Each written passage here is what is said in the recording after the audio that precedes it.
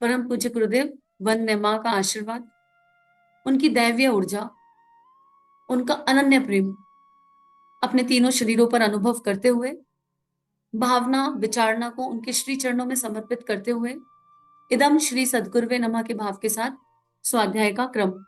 जन्म शताब्दी पुस्तक माला 63, भावी महाभारत इस तरह लड़ा जाएगा, डे 3।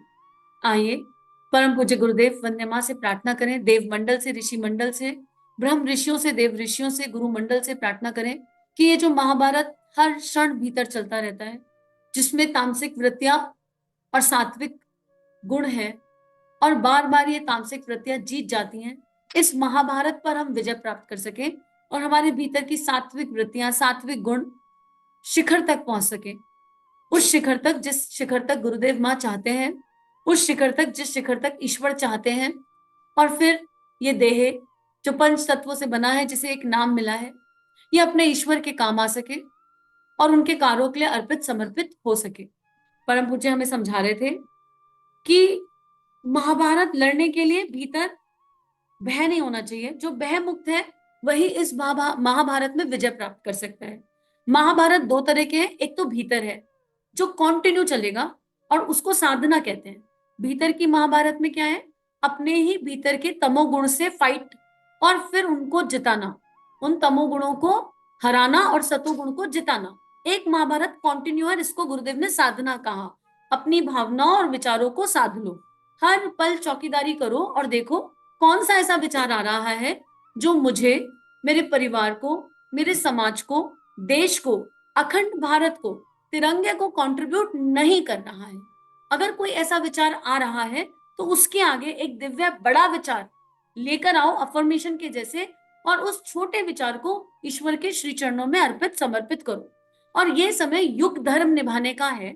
हमने बहुत सारे धर्म निभाए, मातृ धर्म निभाया, बहन का धर्म निभाया, भाई का धर्म निभाया, पिता का धर्म निभाया, पुत्र का धर्म निभाया, पुत्री का धर्म निभाया। बहुत खूबसूरत बात है, बहुत अच्छी बात है, लेकिन अब हमको युग धर्म भी निभाना है। और युग धर्म बड़ी सोच, विस्तारित सोच, ट्रांसफॉर्म अप्रोच। युग धर्म में पहले मैं, मेरा परिवार, मेरा कुटुंब नहीं आ सकता है। युग धर्म में सबसे पहले भारत माता दिखेगी, अखंड भारत दिखेगा, एकत्व दिखेगा, तिरंगा दिखेगा, समाज की समस्याएं दिखेंगी और हम अपने हर कर्तव्य कर्म को अच्छे से निभा पाएंगे। एक महाभारत होगा बाहर की ओर। जब हम कोई श्रेष्ठ कर्म करने जाएंगे, कोई अच्छा कर्म करने जाएंगे, तो हमें रोकने वाले बहुत लोग मिलेंगे। अगर वहां पर हमने मौन ले लिया तो हम कायर हैं। अगर हम उपासना करना चाहते हैं और परिवार के लोग बोल रहे हैं तुमको क्यों करनी है उपासना, मत करो, तो अपने मन को शांत करेंगे, मन में करुणा का भाव रखेंगे, सामने वाली आत्मा के लिए सद्बुद्धि की प्रार्थना करेंगे। उससे कोई गुस्सा नहीं होना चाहिए, कोई हेट नहीं होनी चाहिए, कोई घृणा नहीं होना चाहिए, एकदम करुणापूर्ण हृदय होना चाहिए। और जब भीतर प्रेम की वो दिव्य ऊर्जा अनुभव कर लें तो बिल्कुल सशक्त वाणी में बोलेंगे, क्यों नहीं करें? ये बताइए इसमें क्या गलत है? 1 घंटा गायत्री कर लिया, 15 मिनट प्राणायाम कर लिया, कोई अच्छा स्वाध्याय चिंतन सुन लिया, तो इसमें क्या गलत है? हम क्या किट्टी जाते हैं? हम क्या शॉपिंग करते हैं? हम कहाँ पार्लर में जा रहे हैं? हम क्या ऐसा कर रहे हैं जो कि आपको नुकसान पहुंचा रहा है? इसमें तो 1 घंटा क्या इस 24 घंटे में हम अपने लिए नहीं निकाल सकते? कोई भी परिवार का साथी ऐसा बोले तो मन की भावनाओं को साथ रख के प्रतिरोध करना पड़ेगा, लेकिन प्रेम की ऊर्जा से। उस ऊर्जा में क्रोध नहीं होना चाहिए, आवेश नहीं होना चाहिए, और कई बार मौन मौन प्रतिरोध भी किया जा सकता है। जो करना है वो करते रहिए, बिल्कुल करिए, सामने वाले की सद्बुद्धि के लिए करिए, सामने वाले की प्रार्थना के भाव से करिए, बस पलट के कुछ बोलिए मत। और या एक बीच का रास्ता निकाल सकते हैं। ऐसा समय चुन लीजिए जब वो साथी आत्मा घर में ना हो। ऐसा समय सुन लीजिए जैसे सुबह उठते ही कोई हमें नहीं देख रहा, कान में ईयरफोन लगाया और अपनी उपासना कर ली। किसको पता है हमने सुबह उठ के क्या किया? हम 7 बजे उठते हैं, हम 7 की जगह 6 उठ जाएंगे। अगर वो आत्माएं 8 बजे उठती है, 6 बजे उठती है, तो उनसे 1 घंटा पहले उठ जाइए। अगर हमारी चाह सच्ची है तो हम रास्ता निकाल लेंगे। रात को सोने से पहले किसको पता है हमने कान में लगा के क्या किया, क्या नहीं किया? हम कर सकते हैं। जहां चाह वहां रहा। गुरुदेव ने ये बताया कि ये तो करना पड़ेगा। और असहयोग, ये असहयोग ऐसा असहयोग है जहां हम आत्मा का हनन होने से रोक रहे हैं, और ये ऐसा असहयोग है जहां सामने वाली आत्मा को भी कंट्रीब्यूट होगा। अगर हमने उपासना करी, चाहे राम नाम लिया, चाहे राधा नाम लिया, चाहे कृष्ण कृष्ण किया, और चाहे गायत्री मंत्र किया, चाहे जो भी धर्म को हम फॉलो करते हैं, उस धर्म की वैल्यूज और प्रिंसिपल्स को फॉलो करते हुए अगर हम कुछ अच्छा करेंगे तो देव शक्तियां वहां पर आकर बैठेंगी और सारे परिवार को कंट्रीब्यूट करेंगी। लेकिन इसके लिए साहस लगेगा, और अदम्य साहस लगेगा, दुस्साहस लगेगा अपनी बात को रखने का। गुरुदेव कहते हैं, पिछली बार गुरुदेव ने हमें पिछले स्वाध्याय में एक बहुत महत्वपूर्ण बात बताई कि अगर ऐसे अन्याय में हम चुप रह गए तो हम उस अन्याय के भागीदार हैं और उसका कर्मफल बनेगा, क्योंकि हमने जो किया उसके पीछे भय था, तो वो कर्मफल निश्चित क्रिएट होगा और वो हमको भविष्य में समझ में आ जाएगा कि उससे क्या क्या दिक्कतें आ रही हैं। अब गुरुदेव लिख रहे हैं अगला चरण क्या है? अगला चरण है विरोध।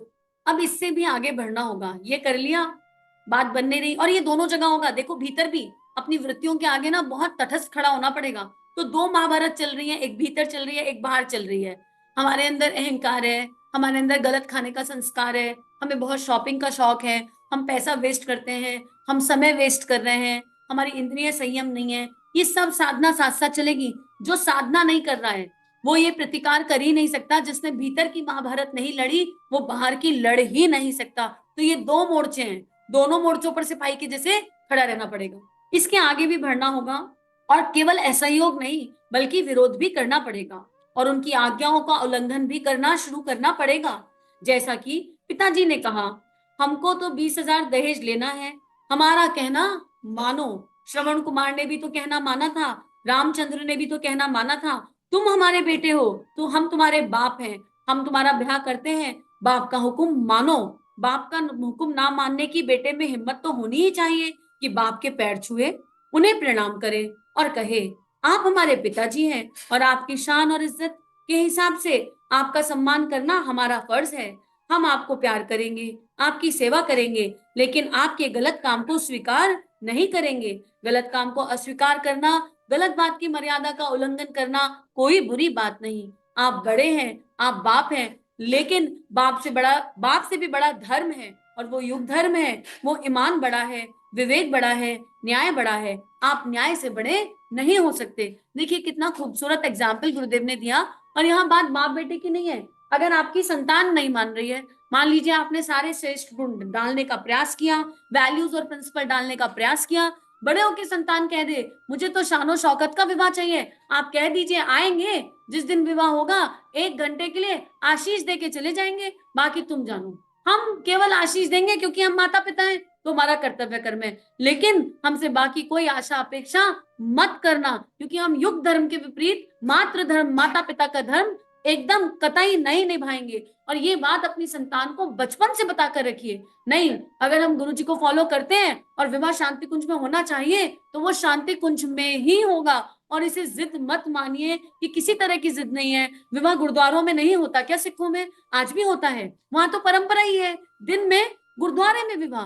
अरे विवाह जैसा दैवीय कर्म जहाँ दो दैवीय ऊर्जाएं मिल रही हैं और एक 11 होकर भगवान का काम करने के लिए मिल रही हैं, क्या उस दैवीय कर्म में एक दैवीय ऊर्जा नहीं होनी चाहिए? एक दैवीय जगह नहीं होनी चाहिए? क्या भगवान का आशीष नहीं होना चाहिए? तो माता पिता को भी कई बार कर्मठ होकर स्ट्रॉन्ग स्टेप लेने पड़ेंगे। साफ साफ मना कर दीजिए, लेकिन कर्तव्य निभाइए। जाइए 1 घंटे के लिए, आशीष दीजिए और लौट के आ जाइए। विवाह में गिफ्टिंग की जगह आप अपने बच्चों के विवाह में कम लोगों को इकट्ठा करिए। रिश्तेदारों को फोन करके कहिए हमारे बच्चों का विवाह है और हम आपसे कोई तोहफा नहीं चाहते। अगर आप तोहफा देना चाहते हैं तो संतान के लिए, हमारी संतान के उज्जवल भविष्य के लिए, जो हमारी संतान नहीं है आपकी भी संतान है, उसके उज्जवल भविष्य के लिए 9 दिन का एक अनुष्ठान कर दीजिए। जब आपके बच्चों का विवाह होगा तो हम करेंगे। इससे खूबसूरत कोई गिफ्ट हो सकता है? सोच के देखिए कि इससे खूबसूरत कोई गिफ्ट हो सकता है कि हम गायत्री मंत्र मांगे गिफ्ट के रूप में? क्या दिक्कत है मांगने में? और किस भाव से? कल्याण के भाव से। किस भाव से? पैसे रुपए के भाव से नहीं। दो आत्माएं एक होने जा रही है उनके कल्याण के भाव से। बच्चों का जन्मदिन है, जन्मदिन पर महंगे महंगे गिफ्टिंग चलती है? नहीं। सबसे कहिए आप जो देना चाहते हैं, आपकी भावनाओं को स्वीकार किया, लेकिन 24 गायत्री मंत्र संतान के लिए करिए, या आपकी भी संतान है। बच्चे को भी समझाइए कि बेटा आज आपका जन्मदिन है, बैठो भगवान से क्या कहो, भगवान से कहो आपने ये मानव देह दी है तो इसे अपने कार्य में लगा लीजिए, और इसी भाव से 5 गायत्री मंत्र कर रहे हैं, 11 गायत्री मंत्र कर रहे हैं। अगर हम ये एनर्जीज अभी से क्रिएट करेंगे तो जो कलयुग की विषमताएं हैं वो थोड़ी कम हो जाएंगी। ये देखने में सुनने में शायद अभी अजीब लग रहा होगा, लेकिन यकीन मानिए जो हाहाकार आने वाले समय में आने वाला है, जो महाभारत आने वाले समय में होगा, ऐसा महाभारत पहले कभी भी नहीं हुआ। भीतर का महाभारत हम झेल रहे हैं, पर एक महाभारत बाहर भी आएगा और उस समय कोई रास्ता नहीं होगा इसके सिवा। तो इसको हम अभी से संस्कार बना ले, अपना भी, अपने परिवार का भी, अपनी संतान का भी। प्रयास तो किया ही जा सकता है। और हमेशा किसका साथ देना है? धर्म का, ईमान का, विवेक का, न्याय का। न्याय से बड़ा कुछ नहीं है। न्याय के आगे अगर जन्म देने वाले माता पिता की आज्ञा का कभी उल्लंघन भी करना पड़े तो करिए, लेकिन इसका मतलब ये नहीं है कि माता पिता का ध्यान मत रखिए। उनको कहीं जरूरत है, उनको कोई दुख हारी बीमारी आ गई है तो उनका ध्यान रखिए। उनकी तबीयत खराब है तो जो भी सेवा बन सकती है वो कीजिए, लेकिन अनुचित के आगे झुकना नहीं है। ये परम पूज्य गुरुदेव समझा रहे हैं।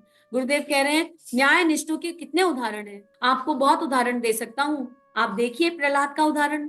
प्रहलाद का बाप कौन था? हिरण्यकश्यपु था। वो यो कहता था कि सोना कमा करके लाए, ईमानदारी से लाए चाहे बेईमानी से लाए, राम का नाम लेने से और समाज की सोचने से क्या फायदा, यही कहता था उसका बाप। बेटा कहता था नहीं पिताजी, सोने की जरूरत नहीं है। हम जब अपने देश में गरीब और दुखियारे लोग रहते हैं तो हम भी तो कम से काम चला सकते हैं। जो हमारे पास है वह पर्याप्त है। हम अपनी सारी जिंदगी धन कमाने में क्यों लगाएंगे? हमको अच्छे काम क्यों नहीं करने चाहिए? और भगवान की आज्ञा के अनुसार विश्व में शांति लाने के लिए कोशिश क्यों नहीं करनी चाहिए? ठीक प्रहलाद को जला दिया गया और क्या क्या नहीं किया गया, लेकिन प्रहलाद ने कहना नहीं माना।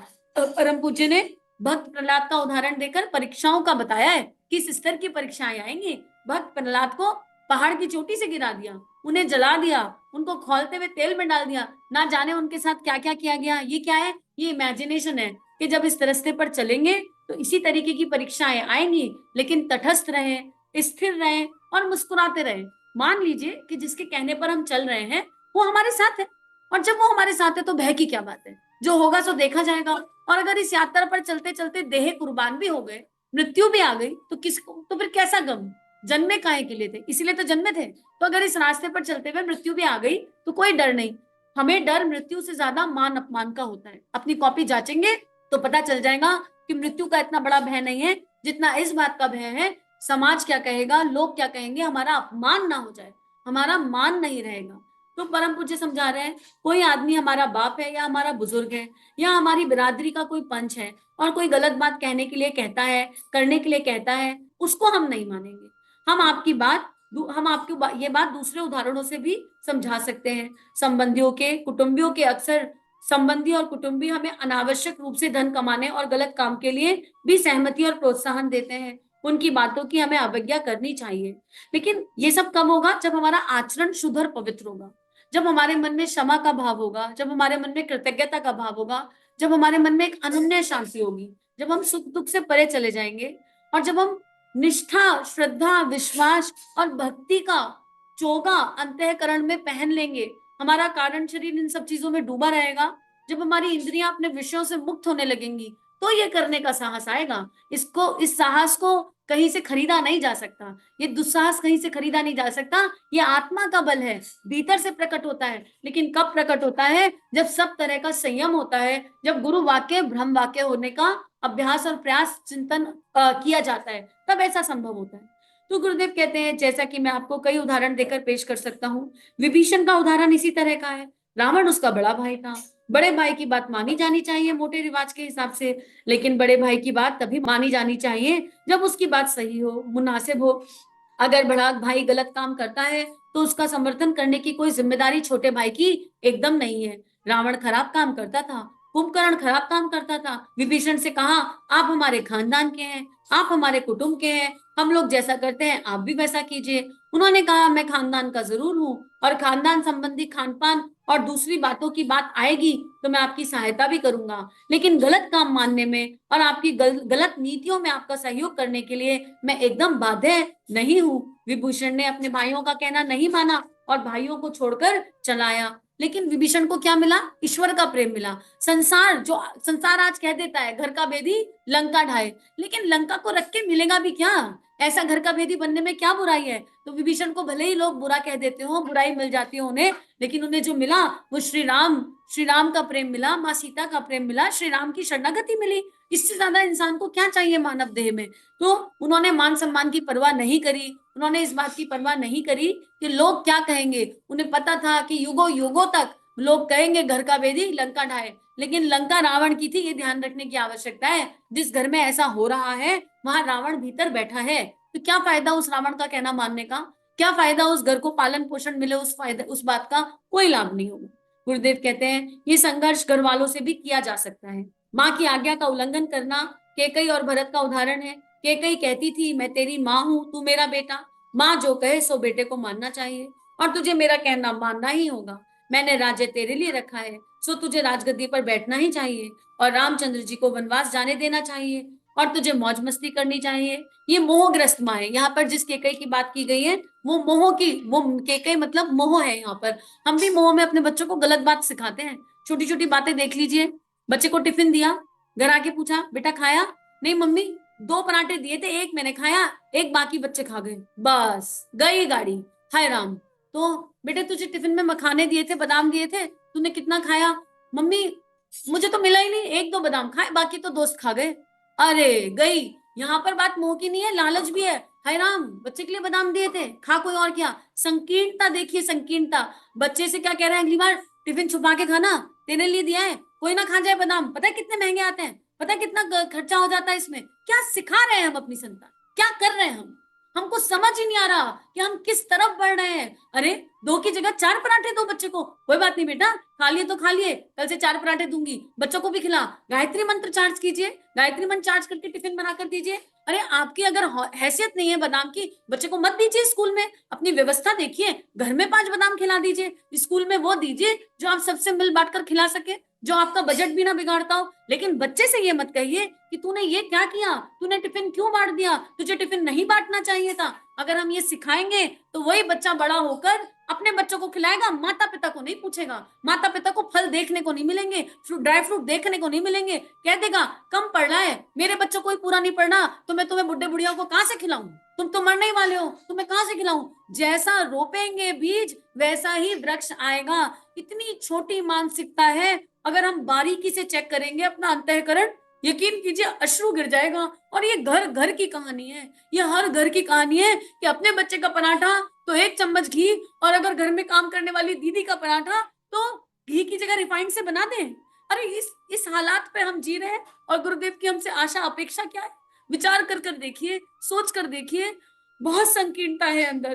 तो गुरुदेव ये समझाना चाह रहे हैं कि ऐसी मोहग्रस्त माँ होने से अच्छा हम माँ ही ना रहे, हम गुरुकुल में डाल दे बच्चे को। लेकिन अगर हम एक माँ मातृत्व भाव की एनर्जी पर नहीं आई, अगर एक नारित्व की भावना भीतर नहीं जागी, चाहे स्त्री देह हो चाहे पुरुष देह हो, अगर ये संकीर्णता रही तो हमारी संतान भी, हमारा परिवार भी उसी तरह संकीर्ण हो जाएगा, क्योंकि अन्न से मन बन रहा है। अरे मेरी माँ तो ये कहती थी, मेरी जन्मदात्री ये कहती थी, बेटा जब खाना बने तो घर में 5 लोग हो ना तो 6 लोगों का बनाओ, क्या पता कोई आ जाए, क्या पता कोई आ जाए, तो कोई आए तो भूखा ना जाए। और आज भी इस देह के घर में जब भोजन बनता है, प्रसाद बनता है, तो यही सोच के बन जाता है कि भगवान कोई आए तो खाकर जाए, कोई खाली हाथ ना जाए, कोई खाली पेट ना जाए। ऐसे संस्कार अपनी संतान को देने की आवश्यकता है, विचार करने की आवश्यकता है कि हम छोटे छोटे परिवर्तन कहाँ कर सकते हैं। और पहला परिवर्तन अपने ही भीतर होगा, बाहर की तो बात की बात है। जिसने अपने भीतर ये परिवर्तन कर लिए उसको कोई दिक्कत आएगी नहीं, उसका साहस अपने आप जाग जाएगा, क्योंकि ये साहस कहीं से खरीद के नहीं लाया जा सकता।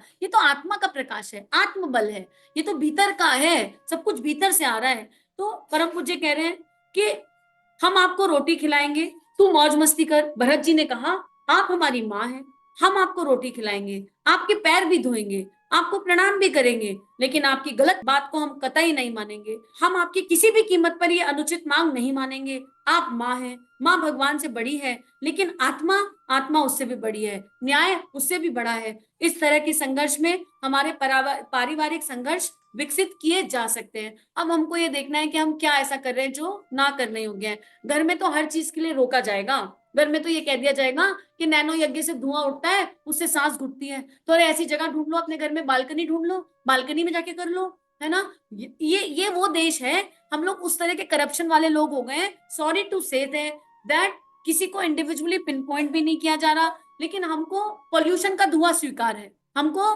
जो व्हीकल चल रहे हैं उनसे जो धुआं आ रहा है, उससे जो पॉल्यूशन है वो स्वीकार है, लेकिन यज्ञ का धुआं हमारा सांस घुटता है। तो हमको करना है तो हम ऐसी जगह ढूंढ लें अपने घर में जहाँ किसी को तकलीफ ना हो और सबके लिए मंगल का भाव करें। लेकिन हम कर्म ही करना छोड़ दें, नहीं। वैल्यूज और प्रिंसिपल से कॉम्प्रोमाइज कर ले, नहीं। वो वैल्यूज और प्रिंसिपल जो परम पूज्य गुरुदेव ने दिए हैं, वो वैल्यूज और प्रिंसिपल्स जो ऋषि और संत देकर गए हैं, वो वैल्यूज और प्रिंसिपल्स जो भगत सिंह जैसी, मीरा जैसी चेतनाएं देकर गई हैं, अपने जीवन को बलिदान कर दिया उन लोगों ने, और उन वैल्यूज और प्रिंसिपल्स को हम भय के कारण, डर के कारण त्याग दें, नहीं, ये अनुचित होगा। और अगर हम वो त्याग रहे हैं तो हम उन लोगों में हैं जो कायर हैं, और इस कायरता का परिणाम तो निश्चित रूप से आएगा।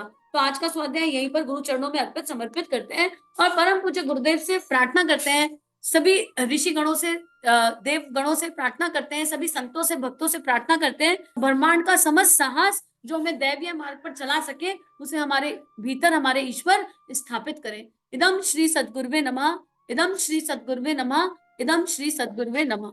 चलिए समाज में कुछ अच्छा बांटे। अगर ये भावनाएं आपके अंतःकरण को स्पर्श कर रही हैं, आपको अच्छी लग रही हैं और आपके जीवन में परिवर्तन आ रहा है, तो इस परिवर्तन को विश्वव्यापी बनाते हैं। संतों की और ऋषियों की इस लेखनी को सब जगह फैलाते हैं। चैनल को लाइक कीजिए, सब्सक्राइब कीजिए और ज्यादा से ज्यादा साझा कीजिए। जय हिंद, जय भारत।